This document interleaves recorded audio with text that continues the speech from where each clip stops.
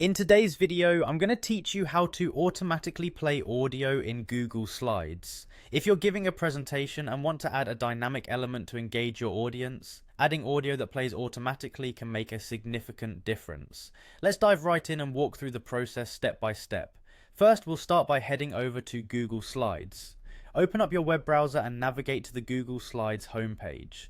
If you're not automatically logged in, go ahead and sign into your Google account. It's essential to have your account information handy because Google's services including Slides require you to be signed in for access. Once you're logged into Google Slides, you'll find yourself on the home page. Here you can see all your previous presentations. For this tutorial, we'll either create a new blank presentation or you can choose from a variety of templates available. Simply click on the blank presentation option or select a specific template that suits the needs of your presentation.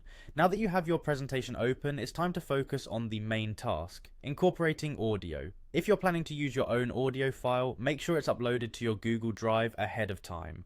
This step is crucial as Google Slides only allows you to insert audio directly from Google Drive. To insert your audio, look for the slide where you'd like the audio to start playing, then navigate to the Insert menu at the top of your screen. From the drop-down, choose Audio. A new window will pop up, allowing you to select your desired audio file from Google Drive. Once you've located your audio file, click on it and then click Select. After inserting the audio into your slide, a small speaker icon will appear, indicating that the audio is in place.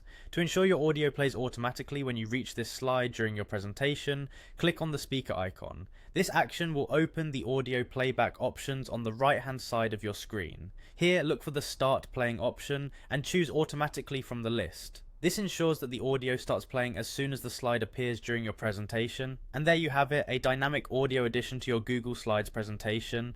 This simple yet effective feature enhances engagement and adds an extra layer of professionalism. Make sure to preview your presentation before sharing it with others to ensure everything is working correctly.